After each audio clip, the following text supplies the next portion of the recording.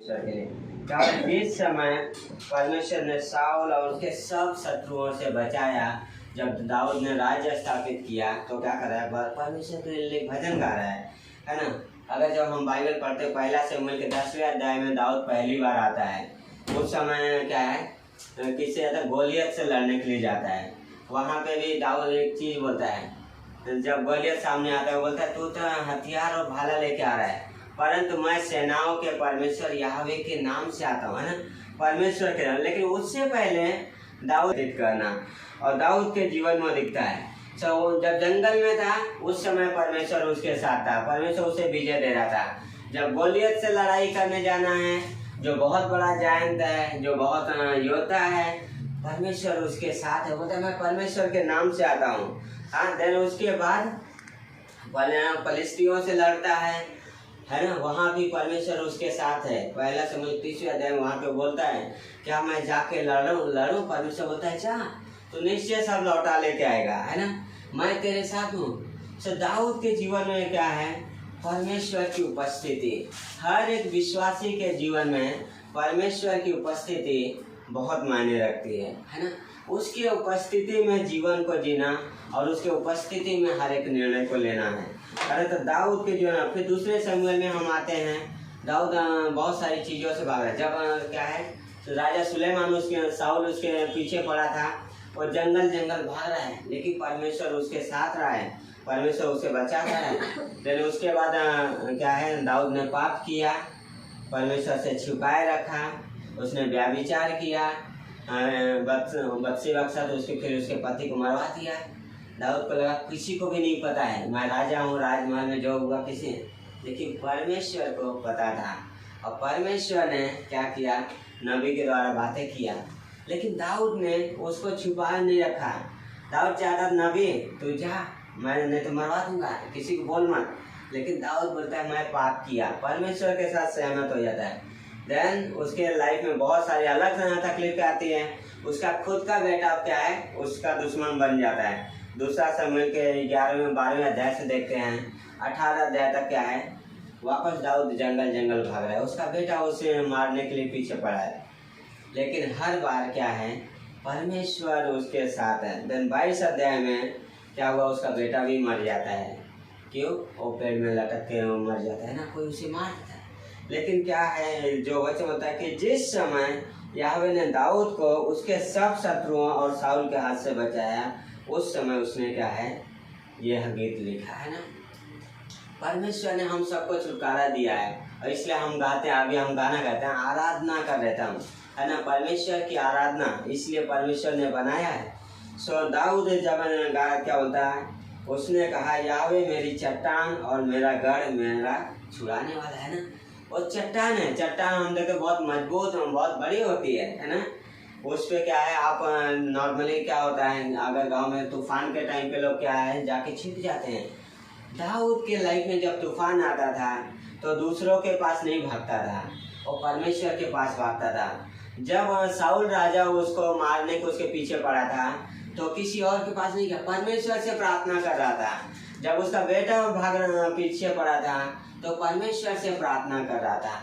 जब तूफान आ रहा है, जब समझ नहीं आ रहा है, तो क्या करना है, परमेश्वर के पास भागना है ना, उस चट्टान के पास। वो मेरा गढ़ है, गढ़ समझते हैं नॉर्मली पॉलिटिकल, उसमें लोग बोलते हैं मेरा गढ़ है, आप आ जाओ, यहाँ से मैं चुनाव नहीं आ सकता, है ना, लोग वो बोलते एरिया, उनको कॉन्फिडेंस होता है। उसी तरीके से हमारा कॉन्फिडेंस परमेश्वर पे होना चाहिए, है ना। और दाऊद का जो कॉन्फिडेंस है, जो भरोसा है, वो परमेश्वर पे है, सेना पे नहीं है, किसी और पे नहीं है, पर परमेश्वर पे है। इसलिए बोलता है मेरा चट्टान है जहाँ पे मैं छिप सकता हूँ, बोलता है मेरा गढ़ है जहाँ पे मुझे भरोसा है। फिर बोलता हूँ मेरा छुड़ाने वाला है, कुछ भी हो परमेश्वर मेरी ओर से लड़ेगा। बोलता है उसके आगे बोला मेरी ढाल, मेरा बचाने वाला सिंह, मेरा ऊंचा गढ़ और मेरा शरण का स्थान है। हर बार परमेश्वर कहाँ भागेगा दाऊद, परमेश्वर के पास। क्या बोलता है, ढाल, है ना। राजा लोग अभी भी कहीं अगर शिवाजी महाराज का पुतला देखेंगे आप तो क्या है, और ढाल और तलवार दिखता है ना। ढाल क्या करता है, तलवार आक्रमण करने की होता है, ढाल बचाव के लिए होता है। सो वो चीज़ें क्या है कि दाऊद बोला वो मेरा क्या है, छुड़ाने वाला, वो मेरी ढाल है। कुछ तकलीफ आएगा, कुछ भी आएगा, क्या करेगा, मैं परमेश्वर के पास जाऊंगा, परमेश्वर में मुझे बचाएगा। जब पहला समूएल के 30वें अध्याय 6वीं पंक्ति में दाऊद क्या तकलीफ में पड़ा, क्योंकि सब क्या है बंधुआई में चले गए थे। दाऊद क्या कर रहा है, परमेश्वर से प्रार्थना कर रहा है, परमेश्वर को याद कर रहा है, परमेश्वर में हियाव बांध रहा है। लेकिन दाऊद क्या कर रहा है, लड़ाई करने जा रहा है ना। परमेश्वर की उपस्थिति से सामर्थ लेके क्या है, आगे जाना। परमेश्वर इसलिए बोलता मेरा बचाने वाला सिंह है, मेरा गढ़ है, शरण का स्थान है। फिर बोलता है हे मेरे उद्धार करता, तो उपद्रव से मेरा उद्धार किया करता है। मैं याहवे को जो स्तुति की योग्य है पुकारूंगा और अपने शत्रुओं से बचाया जाऊंगा। एक कॉन्फिडेंस है दाऊद के पास, बोला मैं पुकारूंगा और बचाया जाऊंगा, है ना। कहाँ से आता है ये कॉन्फिडेंस, विश्वास। जब आप इस वचन को पढ़ते हैं, जब हम इस बाइबल को पढ़ते हैं, तो परमेश्वर हमसे बातें करता है। परमेश्वर हमें हर परिस्थिति के लिए, हर समय के लिए वचन देता है, वचन के द्वारा बातें करता है। जब हम कलीसिया में आते हैं, वचन सुनते हैं, परमेश्वर हमसे बातें करता है और वो क्या करता है, हमारे विश्वास को बढ़ाता है। और यही दाऊद का था कि वो परमेश्वर की उपस्थिति में जी रहा था, परमेश्वर पे भरोसा रखता था, इसलिए उसका कॉन्फिडेंस बढ़ गया। वो बोलता है परमेश्वर मेरा बचाने वाला है। भजन संहिता का 27 अध्याय खोलेंगे। बोलता है यहोवा परमेश्वर मेरी ज्योति, मेरा उद्धार है, मैं किससे डरूं। यहोवा मेरे जीवन का दृढ़ गढ़ ठहरा है, मैं किसका भय खाऊं, है ना। सवाल पूछ रहा है, परमेश्वर मेरा ज्योति है ना। अंधकार है लाइफ में, तो परमेश्वर मेरी ज्योति है। यीशु मसीह ने बोला जगत की ज्योति मैं हूँ। बोलता है मेरा उद्धार, मैं किससे डरूं, है ना। कुछ भी अगर चीज है, परमेश्वर मेरे साथ है, मैं किससे डरूं। भजनकार के पास क्या है, कॉन्फिडेंस है। बोलता है यहोवा मेरे जीवन का दृढ़ गढ़ ठहरा है, मैं किसका भय खाऊं। अगर परमेश्वर मेरी ओर है तो मैं किसका भय खाऊं। बोलता है जब कुकर्मियों ने जो मुझे सताते और मुझे से बैर रखते थे, मुझे खा डालने के लिए मुझ पर चढ़ाई की, तब वे ही ठोकर खा के गिरे, है ना। परमेश्वर के लोगों पे जब आक्रमण किया जाता है, परमेश्वर लड़ाई करता है और हमेशा परमेश्वर अपने लोगों की सुरक्षा करता है। जब इजराइल मिस्र से निकल के आ रहे थे, मिस्री लोग क्या है, उन्हें खत्म करने के लिए निर्गमन के 14वें अध्याय में आ रहे थे। इजरायली समुद्र से परमेश्वर ने 2 भाग कर दिया, इजरायली उसमें से चले गए। मिस्रियों को लगा हम भी जा सकते हैं, पर परमेश्वर ने वही के खत्म कर दिया, क्योंकि परमेश्वर उनकी अगुवाई कर रहा था, परमेश्वर उनकी सुरक्षा कर रहा था और परमेश्वर उन्हें बचा रहा था। यहाँ पे बोलता है जब क्या है गिर गए, बोलता है चाहे सेना भी मेरे विरुद्ध छावनी डाले तो भी मैं न डरूंगा, चाहे मेरे विरुद्ध लड़ाई ठन जाए, उस दशा में भी मैं हियाव बांधे निश्चित रहूंगा। क्या बोला, एक सेना भी रहेगा, बहुत सारी चीजें होगी लाइफ में, फिर भी मैं नहीं डरूंगा, मैं हियाव बांधे। एक सिद्धांतिक जीवन में क्या है, ऐसा कॉन्फिडेंस है ना, कि परमेश्वर मेरे बारे में क्या बोलता है, उसका वचन मेरे बारे में क्या बोलता है, मैं कौन हूँ, है ना। जब हम कई बार क्या होता है पता है, हम लड़खड़ा जाते हैं हमारे जीवन में, हम पीछे जाते हैं, कुछ चीजें समझ में नहीं आती है, कहाँ जाना है, वचन में। वचन क्या बोलता है मेरे इस समय के लिए, वचन में परमेश्वर क्या बोलता है, हमें वो देखने की जरूरत है कि परमेश्वर क्या बोल रहा है। और वही बोलता है चाहे सेना भी मेरे विरुद्ध हो, मैं नहीं गिरूंगा। हाँ, बोलता है चाहे छावनी डाली जाए, छावनी डाला पता है चारों तरफ से घेर लिए जाते थे ना, उसी तरीके से बोला चाहे छावनी में चारों तरफ डाली जाए तो भी मैं नहीं डरूंगा, क्योंकि परमेश्वर मेरे साथ है, परमेश्वर मेरा शरण स्थान है, मैं परमेश्वर के पास भागूंगा, परमेश्वर को पुकारूंगा। इसलिए दाऊद बोलता है जब भी मैं क्या पुकारूंगा वो मेरी सुन लेगा, वो मेरी सहायता करेगा। देन आगे बोलता है एक बार मैंने यहोवा से मांगा है, उसी के यत्न में लगा रहूंगा कि मैं जीवन भर यहोवा के भवन में रहने पाऊं, जिससे यहोवा की मनोहरता पर दृष्टि लगाए रहूं, है ना, और उसके मंदिर में ध्यान किया रहूं। भजन का क्या बोला है, एक बार चाहे परमेश्वर, सेना हो कुछ भी हो, मैं तेरी उपस्थिति में जीना चाहता हूँ, तेरे मंदिर में तेरी आराधना करना चाहता हूँ। अब बोलते मैं तुझ पे ध्यान लगाना चाहता हूँ। और यही क्या है हमारा विश्वासी जीवन का मुख्य केंद्र है, कि हम क्या है, परमेश्वर की उपस्थिति में जीवन को जीना। उसके साथ में जो विजय लेके आता है हमारे जीवन में, जो दाऊद के जीवन से हम सीखते हैं। दाऊद कोई योद्धा नहीं था, जब गोलियत के सामने गया वो बच्चा था, लेकिन वो क्या है, योद्धा को मारा। क्यों? क्योंकि परमेश्वर उसके साथ था, परमेश्वर उसे सामर्थ्य दे रहा था, वो उसकी उपस्थिति में जी रहा था। शाऊल राजा इसलिए लड़ने नहीं गया क्योंकि वो परमेश्वर की उपस्थिति में नहीं था। उसने परमेश्वर के खिलाफ पाप किया था, परमेश्वर की आज्ञा को नहीं माना था। कई बार हम भी क्या करते हैं, परमेश्वर के खिलाफ जाते हैं, लेकिन हमें उसके खिलाफ नहीं, पर उसके उपस्थिति में जाना है, उसकी संगति में जाना है, जो क्या है हमें सामर्थ्य देता है। बोलता है मैं उस पर ध्यान लगाऊं। भजन संहिता का 18वें अध्याय में अगर जाते हैं तो वहाँ पे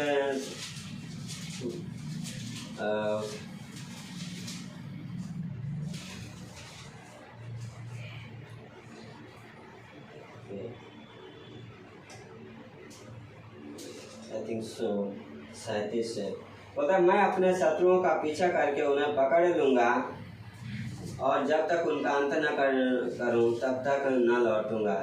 और ये नहीं, जहाँ पे एक बोलते वहाँ पे सेम वचन बोलता है, यहोवा को छोड़ क्या कोई ईश्वर नहीं। जहाँ पे बोलता है परमेश्वर ही मेरा क्या है, बचाने वाला है, परमेश्वर मेरे साथ है, परमेश्वर क्या है, मुझे हमेशा संभालता है। सो भजनकार वहाँ पे उस चीज़ को लेके आता है कि वो परमेश्वर पे उसका भरोसा है, परमेश्वर की उपस्थिति में क्योंकि वो जी रहा है। यही क्या है, एक विश्वासी को सामर्थ्य देता है कि उसकी उपस्थिति में जीवन को जीना, ना कि उसकी उपस्थिति के बाहर। जब भी हमारे जीवन में कुछ तकलीफ आता है, कुछ चीज़ें आती है, तो सबसे पहले हम परमेश्वर के साथ कंप्रोमाइज़ करते हैं। सबसे पहले हम बोलते हैं हाँ चलो आज प्रॉब्लम है, आज हम कलीसिया नहीं जाएंगे।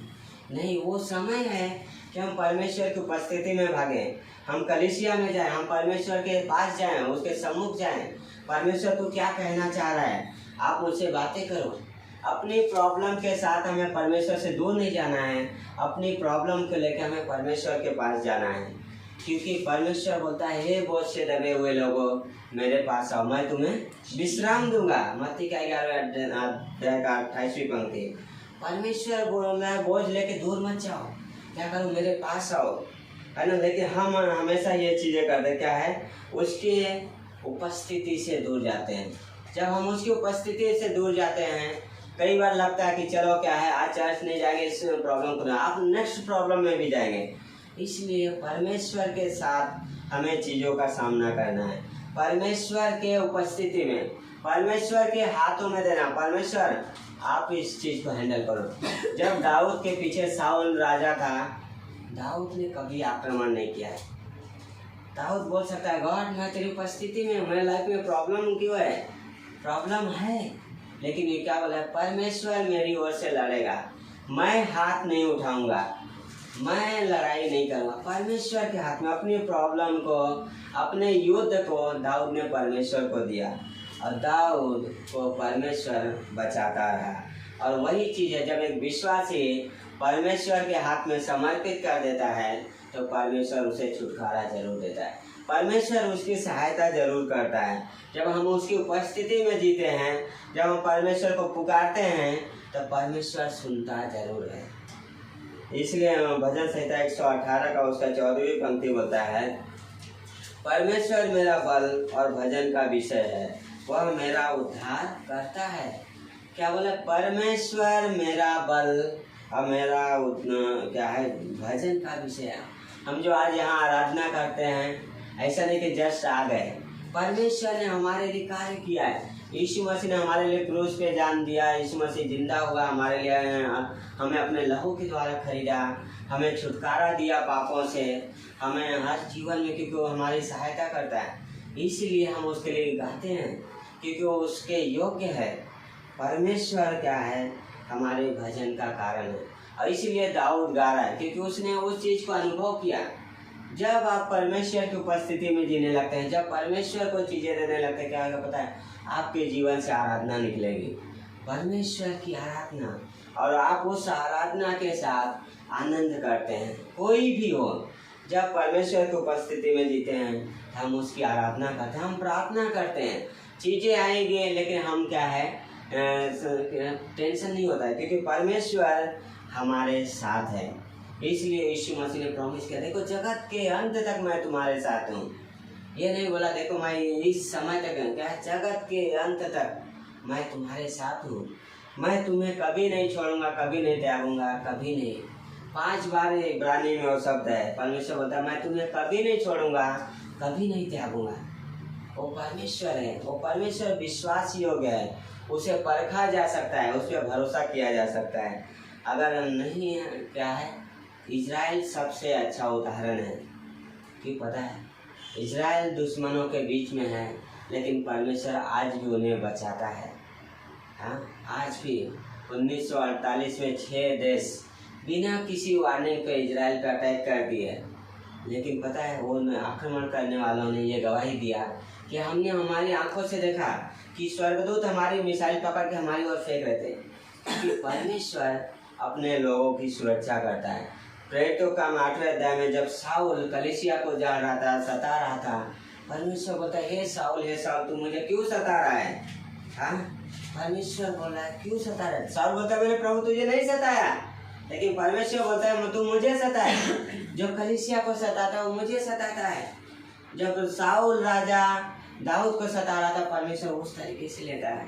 हाँ, साउल दाऊद राजा को हर चीज परमेश्वर ने दिया, हर चीज में छुटकारा दिया।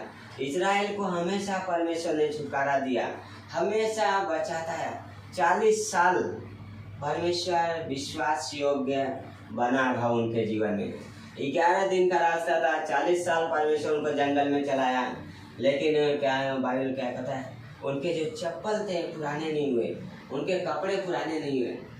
एक दिन मैं और पास्टर अजय बात कर रहे थे कि वो लोग खाना कितना लेके गए होंगे। मैं भी हो सकता है वहाँ पे लिखा है कि जो लोग आटा गूंद के रखे थे वह सब लेके फटाफट भागे, रात में भागे और रात में जंगल में खाए होंगे, सुबह खाए होंगे, अगले दिन खत्म, कुछ नहीं है। देखो लोग पुकार रहे हैं मूसा को, तो हमें जंगल में क्यों लेके आया, क्या हम भूखे मारे?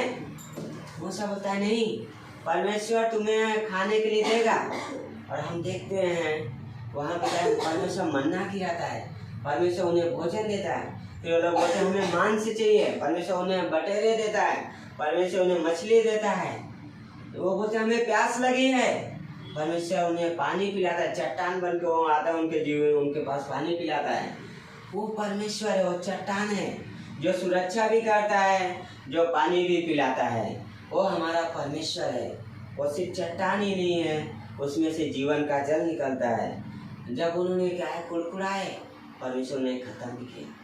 परमेश्वर न्यायी है, धर्मी है, लेकिन उसे बढ़कर प्रेमी है। उसका प्रेम उस क्रूस पे दिखता है जहाँ पे वो अपने आप को खत्म दिया, अपने आप को। पौलुस बोलता है उसने अपने आप को शून्य कर दिया।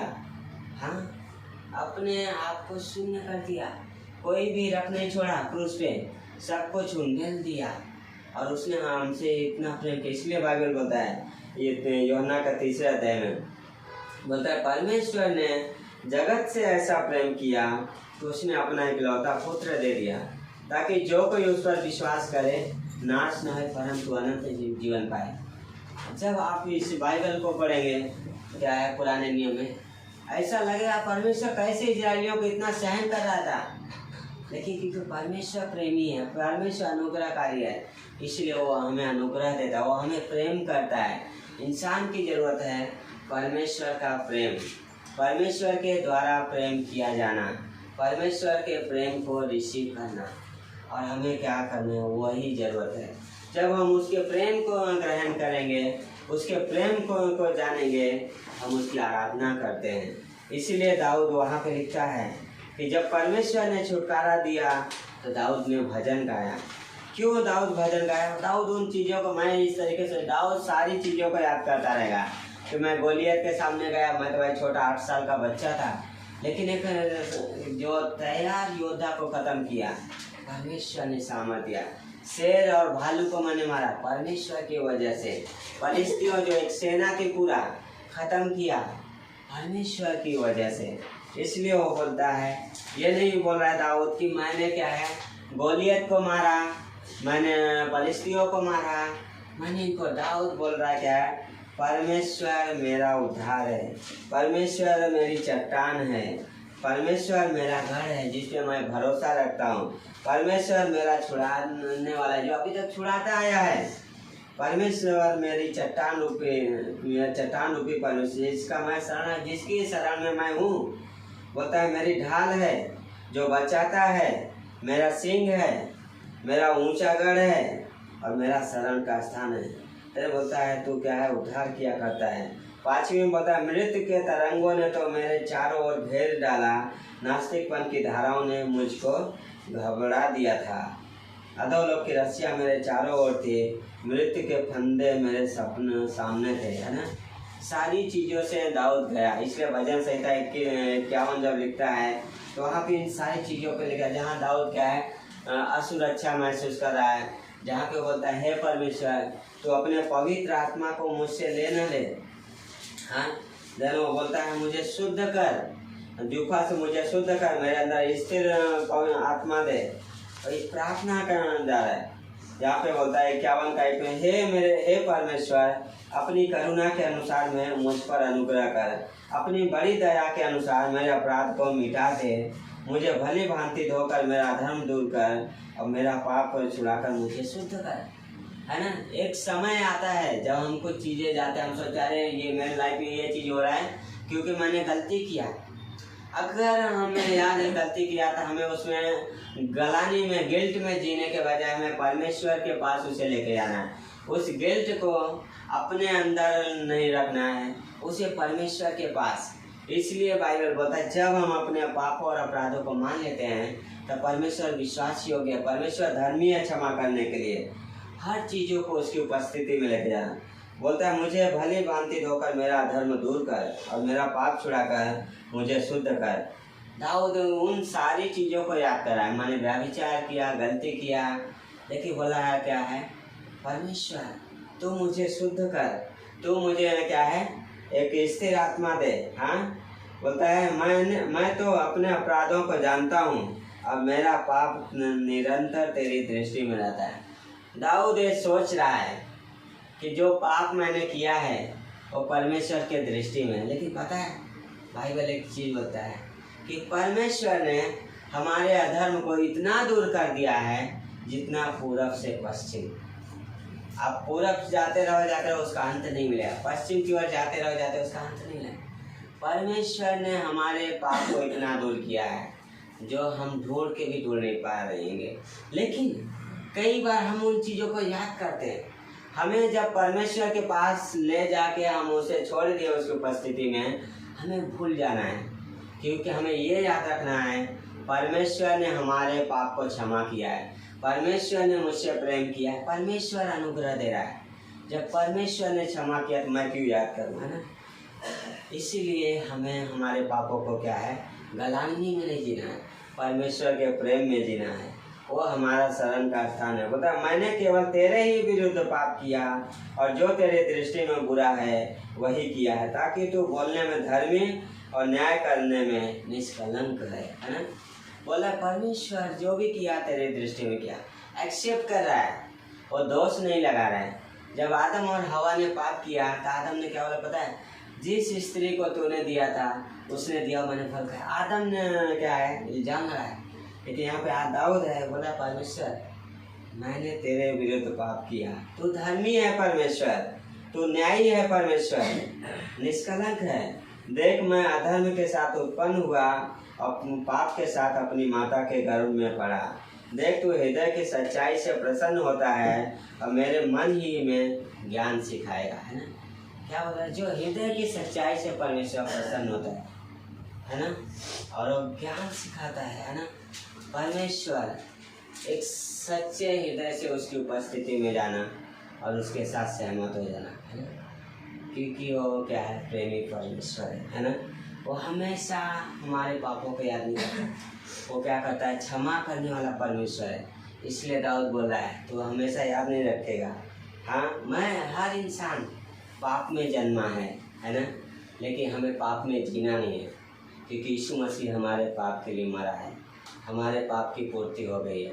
हमें परमेश्वर के प्रेम में उसकी उपस्थिति में जीना है, क्योंकि यीशु मसीह ने सब कुछ पूरा कर दिया है। आमीन। आइए प्रार्थना करते हैं।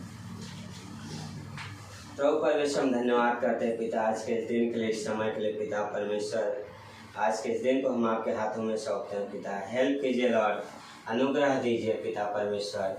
आप महान हो पिता परमेश्वर। जो भी प्रभु जाने अनजाने में हमसे गलती हुआ है, पाप हुआ है पिता, हम आपके पास लेके आते हैं पिता, आपके क्रूस के पास, आपके अनुग्रह के पास पिता। आप क्षमा कीजिए पिता, हर एक गलानी साफ हो पिता। ये हमारी प्रार्थना है। धन्यवाद करते हैं प्रभु जी, हालेलुया गाते हैं पिता। हम आपके नाम को ऊंचा उठाते हैं। यहाँ पे बैठे हुए हर एक व्यक्ति को आशीषित करो पिता, और टच करो पिता। हम सबके जीवन को आपके हाथों में सौंपते हैं। सही सलामत आप लेके जाइए पिता, और आप प्रोटेक्ट कीजिए पिता, आपकी महिमा होने पाए। यस लॉर्ड, आप महान हो पिता, आप धर्मी हो पिता परमेश्वर। यस लॉर्ड, आप हमारी शरण का स्थान हो पिता, और हम आपके पास आते हैं पिता, आपसे मांगते हैं, आपकी उपस्थिति में आते हैं प्रभु जी। धन्यवाद करते हैं, यीशु मसीह के नाम से प्रार्थना को मांगते हैं, आमीन।